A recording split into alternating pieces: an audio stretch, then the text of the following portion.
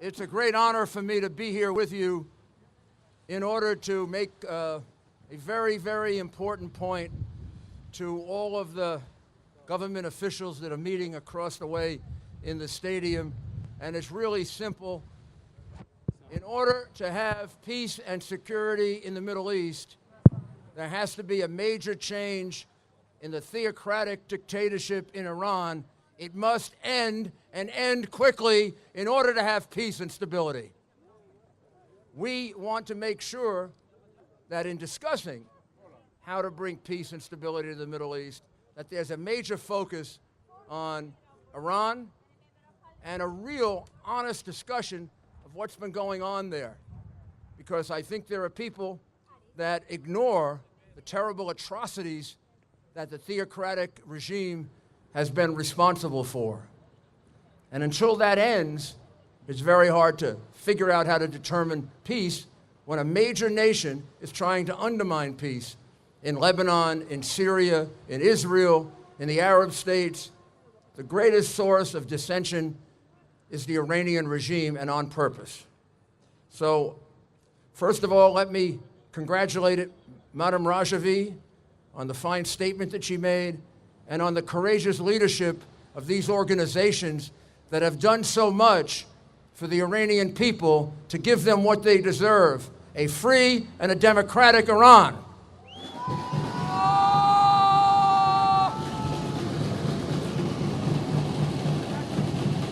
Let's begin.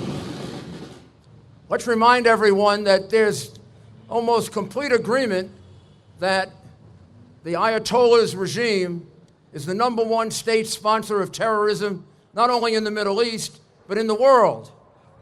The last time we met in June, it was revealed that 4 people were arrested, and they were going to come to our gathering in Paris, and they were going to attack with bombs that gathering. One of the people arrested was an official of the Iranian government.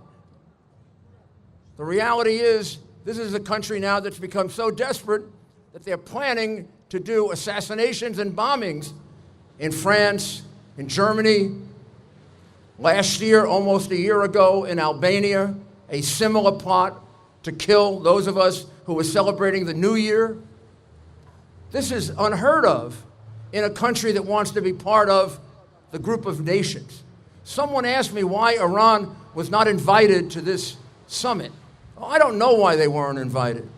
But usually you do not invite murderers, killers, despots, dictators, because there's no useful purpose. They're just going to lie to you.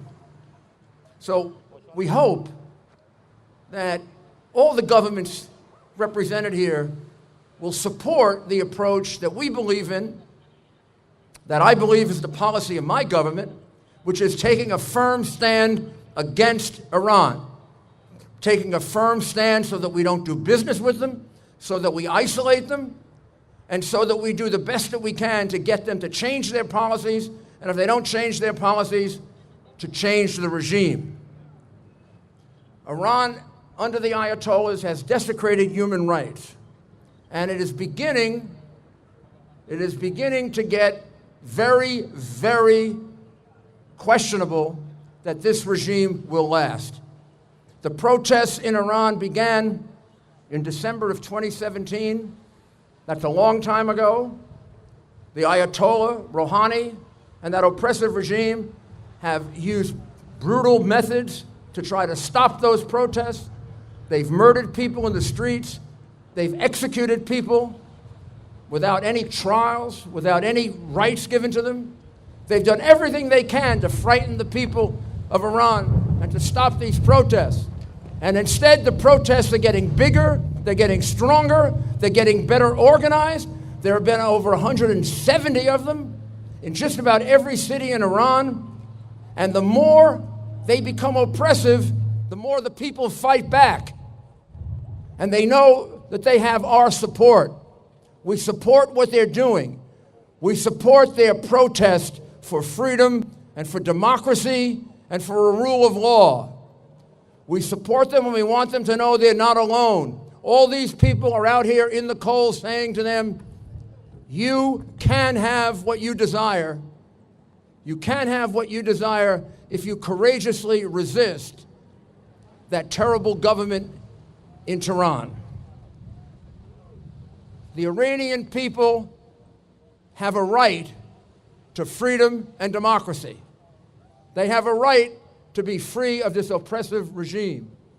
It begins with them, and I have told you often that my dream is that we will have this gathering soon in the middle of Tehran, congratulating Maryam Rajavi and all the others, the people who have been in Ashraf and Liberty, some of whom are here today, and the martyrs that we have lost.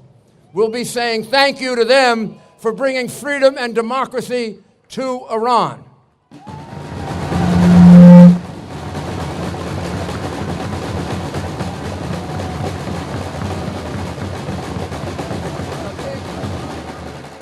The major question always about regime change is who will replace the regime? We've seen that work, and we've seen that go terribly wrong when there was no alternative in place. And yes, the regime in power was oppressive, but the people who took over were even worse. Here we don't have to worry about that. Here we have the answer to who will be the alternative. And the alternative will be built around not only us, but the groups that feel similar to us. It's not just about the NCRI. It's not just about Maryam Rajavi. It's not just about those of us who have been fighting for this, in my case, 11 years, in your case, 30 or 35 years. It'll be groups of people who feel the same way as we do. Maryam Rajavi has laid out a 10-point program that's about as clear as you can get. And let me summarize it. It's simple. All those who believe in an elected leadership in Iran instead of a dictator or a monarch, all those who believe in the freedom of religion so people can practice the religion they choose, all of those that believe that women should be equal and treated equally in society. Do we believe that? And don't we demonstrate that where our great leader is a woman? Just think of how revolutionary that would be in that part of the world if the leader of Iran were a woman.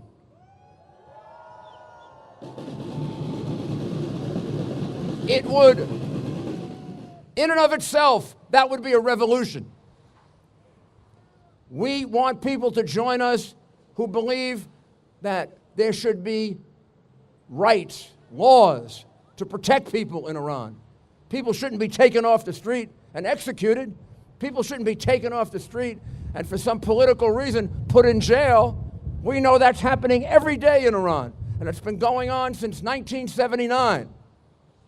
We want what's called a rule of law. Let the law determine who the wrongdoers are. Not the Ayatollah, not Rouhani, not some single individual. We want Iran, when human rights are reviewed in the world, we want Iran to be right at the very top. One of the great countries respecting human rights, not one of the worst countries, if not the worst country in the world. And we want a non-nuclear Iran.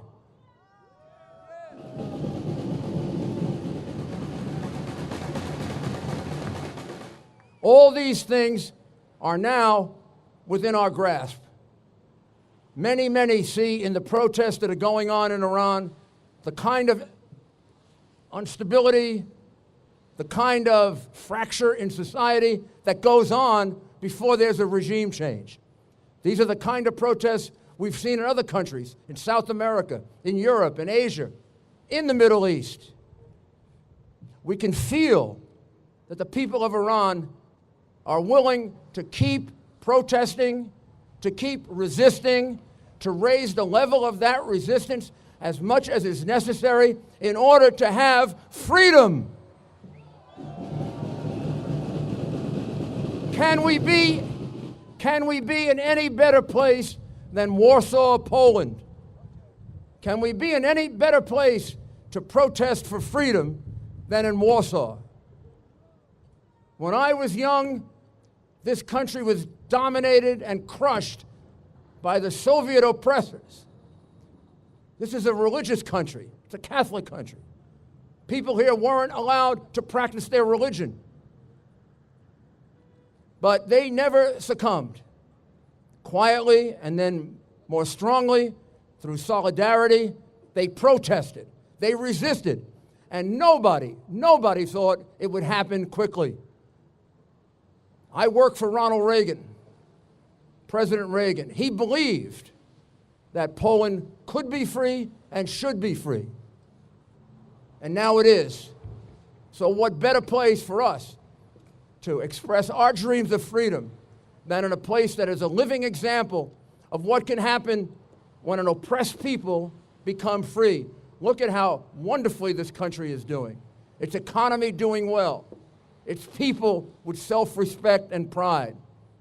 Our people in Iran are the very same people, very same desires. Within a few years, a free Iran will be one of the leading nations of the world, and all of you can say thank you to those men and women who lost their lives to this oppressive regime and those who fought back. And all of us can share in that. And I tell you, we are going to have this celebration sooner rather than later in Tehran, and I want to be there with you. Thank you. Change, regime change in Iran. Change in regime change.